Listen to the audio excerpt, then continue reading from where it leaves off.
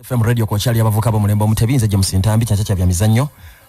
ziri enaku zo mwezi 17 mwezi gwa 10 mwaka gwa 2020 ate wabuli dakika 14 okutuka kusawa nyezo okumacha butujja okutera omuzino lubana faba kala saba kukwata paka saa 7 ezo mutonto nkujukiza Star Times ekugambye agula dikodo giteekeka obengo mupira gwa Uganda gwaliyo kuntiko gusembeza mu ddiro league ene bira kusanyuka TV tujisubira okutandika okusencha ku Friday nga 15 emipira gyonna gijja kulagibwa season yonna namba n'olwekyo gula dikodo giteekeke yagiguledda fuba kusasula bisale osobola okutuwa mu lunaku mu mwezi oba mu week ate naawe ali awantu nga tewali TV nengo oyagala okusigala ngolaba empira gya league bobo ina smartphone naawe oliddenga mulimi osobola okudownloadinga Star Times on app buterevu ojja kusigala nga olaba ebintu byonna nga bitambula mu kisaawe oba ayagala dikoda oba nga olina kyeweebuuza kyonna oyinza otukubira ku simu yaffe eri note 3 musanvu note 3 117 17 note 3 117 17 tukubirako ne weebuuza era n'omanya embeera nga bwetambula songa ne bannaffe aba Uvrage International bakugambye pikipiki eriko kakati bagita TVS 125 oyagala kuweerera baana oyagala kugula ttaka oyagala kuzimba nju oyagala kusavinga ku sente ozirabeko Uvrage International ese pikipiki bagita TVS 125 ye pikipiki okegenda okuyamba mu bintu ebyo ekisoka pikipiki ene emigaso mingi nnyo temalaga faafa yetika nnyo itakungudeza buli kika omuto gwayo mugazi tenywa nnyo mafuta litemu evuga kilomita nga 10 n'omusobyo n'ekirala kyeyina eri trackable bagi tracking singoli abagikubyeko oline bwagibba n'agibira ono n'agitwala emityana eyo buterevu obojja kuddamu ogifune kubanga bagi trackinga atera n'ekirala kyeyina osobola okugivuna ku kibanja mpola kyokka atera spare waayo wali nnyo buli awole edduuka lyaffe era Uvrage International osobola okumusangawo kutabira fekulu ey'ebbanda ja spare gyali nnyo ku Uvrage International Masaka mu Nyendo opposite Jagena complex Nansana mu Ndeeba eyo nayo na spare yaffe gyali nnyo oyinza n'otukubira essimu eri noti 7 noti 4 2516 noti 7 noti 4 2516 ne ku noti 8 noti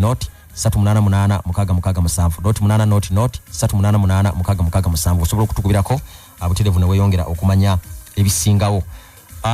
tukyali mu World Cup qualifiers kusamazingo wa Africa Zimbabwe ekubidwa Ghana in fact Ghana badde gikyalidde Ghana omupira ne gwangule gole mu kubwerere gole tebedwa musambi Thomas Partey Teye bwe batu ne babanga bongedde okutangaza emikisa gyabwe gyeyongerayo Partey mu international break na atebye golo 2 ne ku timu yase na chalemedde okutebe golo yonna gibuvudde kawo yawuziza n'omwaka mulamba kasokedde ngabegattako naye golo ebadde ekyaganya okujja Namibia yabadde makagaya ga Windhoek Senegal ne baluma ne bakube golo zabadde 3-1 buterevu ly'eggwanga eryasoose okwesogga omutendero ogwa playoffs ezijja okusambibwa mwezi ogwa March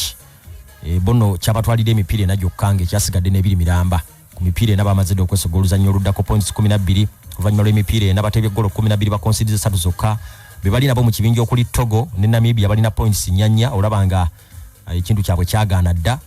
so mu mwezi gwa March ogw'omwaka ogujja balinza akalulu n'omupiira ogwo kugusamba ogunabatwala mu World Cup gye babadde era mu ggwanga ery'e Russia Niger nayo yakubidwa Algeria golo zabadde nnya ku bwereere mu kibinja Algeria in fact Algeria yali unbeaten mipira 3-1 bali mu kugoba record ya Italy yensi yonna esinga emipira 37 Italy yagisudde wiiki yawedde mu mpaka za UEFA Nations League nga Spain bakube golo 2-1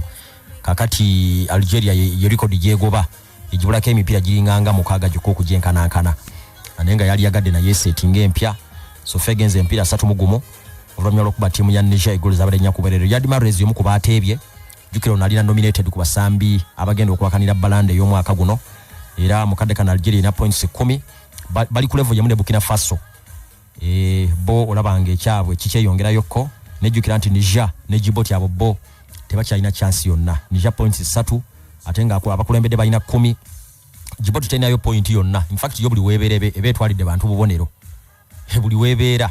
bakuba kyensanyusaako egenze olabanga gap egenze egifunza luli bagikubanga egolo 8-10 njukira ne Uganda yagikubako egolo 10 mpaka eza Sekafa ne kati olabanga egenze efunza at least bagikuba 4 5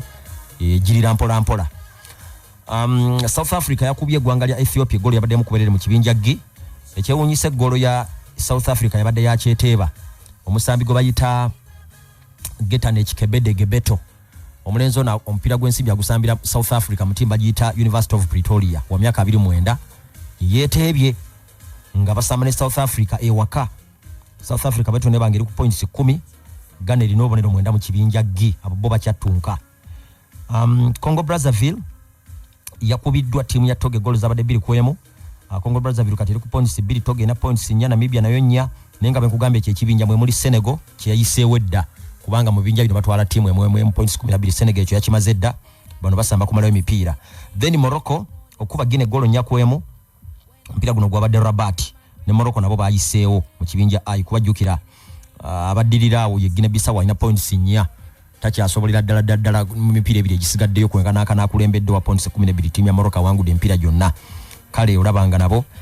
balindiridde playoff mu mwezi ogujja okubeera ogwa March ogwa 2022. Ate bwe tugenda ku semazinga wa Europe, Denmark yegasse ku Germany ne Qatar. Kakati ezo timu zisatu zo tukimanyi nti zo zijja kubeera mu World Cup ey'omwaka ogujja. Katanga abategesi Germany bayiseewo ng'ekyasigadde emipiira ebiri miramba ne Denmark bayiseewo. In fact Denmark naye esobodde documented nga 100% kuba nejjo bawangudde omupiira eggole mu kubwereere mu kibinja F abo ne bayitawo.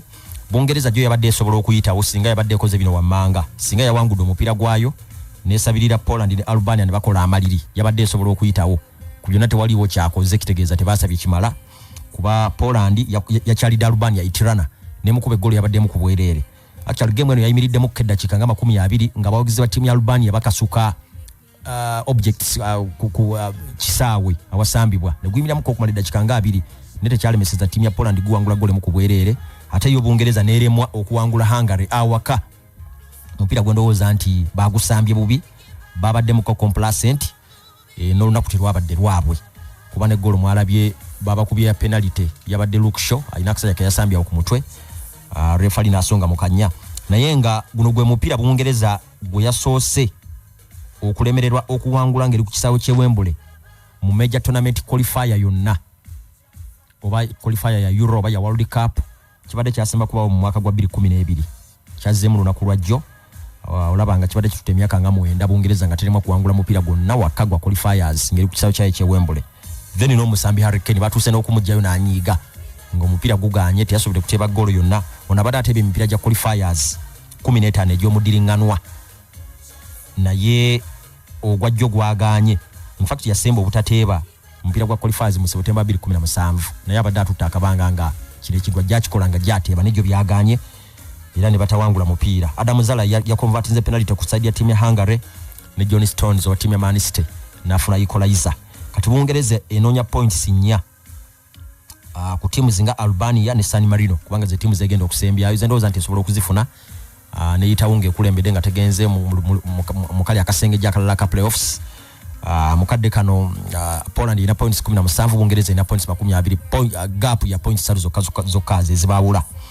Mu kibinja D ekyo Bufalansa ekikulembedde singa bali mu kyokubiri points 4 ye Finland ne gwangera Ukraine. Ukraine gyo yagenze mu gwangale Kazakhstan kwa wene bakube golo 2 ku bwerere kyabadde mu ekikulu kyabadde kya timu Poki ono wa timu ya Noki City owakawalata yasobodde okuteeba Brest zite goals 2 n'amenya ulikodi ya Jali Litmanen ya myaka 11 gyebadde emazeewo. Jali Litmanen ye musami wa timu ya Finland abadde ayina rekodi y'okubateebera golo nyingi. Rekodi eno yagikola mu mwaka gwa 2010 bwe yanyuka nga bakubidde empira 17 yagenda bateebedde golo 32 mujukireko mu timu zinga Barcelona sako timu y'abanafu aba Ajax yo mugwangere Budachi nayo lunaku lwajjo timu Poki mu kuteeba golo 2 yawezeze golo 33 nabanga rekodi yagitutte era akyalwa n'amasajja okulabanga Finland yagiyambako n'okukika mu mpaka eza World Cup nga bwe kyabadde mu mpaka eza Euros. Ekibinja ekirala Portugal yakubye Luxembourg golo zabadde 5 ku bwerere era nga bulijjo Cristiano Ronaldo n'ageetikka yateebe hat-trick. Luxembourg ne lifuuka eggwanga lyakyasinze okukuba golo ennyingi akaliteebe golo 9 yenga ye yawezeze golo 15 ku national team. Of course record yagina yagimnyawo omwezi oguwedde ya Alida yali emyezi eye golo 19 musajja ono yalwa munansi gwange ya Iran yali alina record eyo nga alina golo 19 za national teams. Cristiano omwezi oguwedde record n'agimenya bwe yaweza golo 15 rather bwe yazenkana kati alina 15 ngo baddeko nezajjo naye ate lunaku lwajjo yawezeza ne hat-trick 10 ku national team era kimufuula omusambi akyasinze okuteeba hat-trick nyingi ku national teams. Nga aziteebe ku mawanga nga Lithuania abateebye 2 hat-tricks 2 Luxembourg agikubye Switzerland yabakubye Spain yagikuba Faroe Islands yabakuba Armenia yabakuba Andorra yagikuba ne Sweden yabakuba ne Northern Ireland gega mawanga gatebe hat-trick gali amawanga mwenda nenga Lithuania bo abatebye emirundi ebiri hat-trick. So ekibinja mwe bali mu kibinja A basigaze emipira ebiri okuli ogwa Republic of Ireland sako Serbia nenga Serbia basinga point emu ina points 17 bo balina 16 kati agana amawanga amalala Luxembourg ina points 6 Republic of Ireland ina points 5 Azerbaijan ina point emu abolaba ngati balina lugendo battle wakati wa timu ya Serbia ne gwangira Poland rather than Portugal atecho mukiso mulungi balina okwesamba mu game yabwe bisembayo. Scotland nabo tebabadde mu World Cup okumana emyaka nga 24 neba china chance basemba okujja mu 98 mu gwangire Bufaransa onakula jjo baachadde mu gwangire Faroe Islands namali kube gole mu kubwerere goli yatebedo omusambi wa timu ya Chipre go bayita Lyndon Dykes. In fact gayo ono bomugoberera atebye emipire nejo mudiringanwa ku timu ya Scotland mu byafaye ekintu bwe kito basemba kukiraba mu mwaka gwa nkaga mwenda mwezi gwa March omusajja bamuyitanga Colin Stein wali mwezi gwa May omusambi abadde akyasembye okwatebera mipire na ejo mudiringanwa nga Lyndon Dykes bwakikoze mu kadde kano. Balina chance jukira ekibinja mwe bali yo Denmark yayiseewo ne points 24 ekibinja F kati Scotland alina 17 kyasobola okulwana n'ayitira mu playoffs jukira anti Europe ina slots 13 namba n'olwekyo omubasabire abatimu ya Scotland naddala abalina yo abasambi nga Liverpool inayo gundi inayo Andy Robertson Arsenal inayo Kieran Tierney so kati abagiza timu yaso n'aba Liverpool musabire ku Scotland mu mbeera eyo. Kusema zinga wa Asia bayina direct slot sinya yali badengo okutana ayitamu Inter Confederation playoff mukadde kano bali ku round ya kusatu bajawula mu ebibinja bibiri buli kibinja kiri mu timu mukaaga kakati ababiri abakulembera bafuna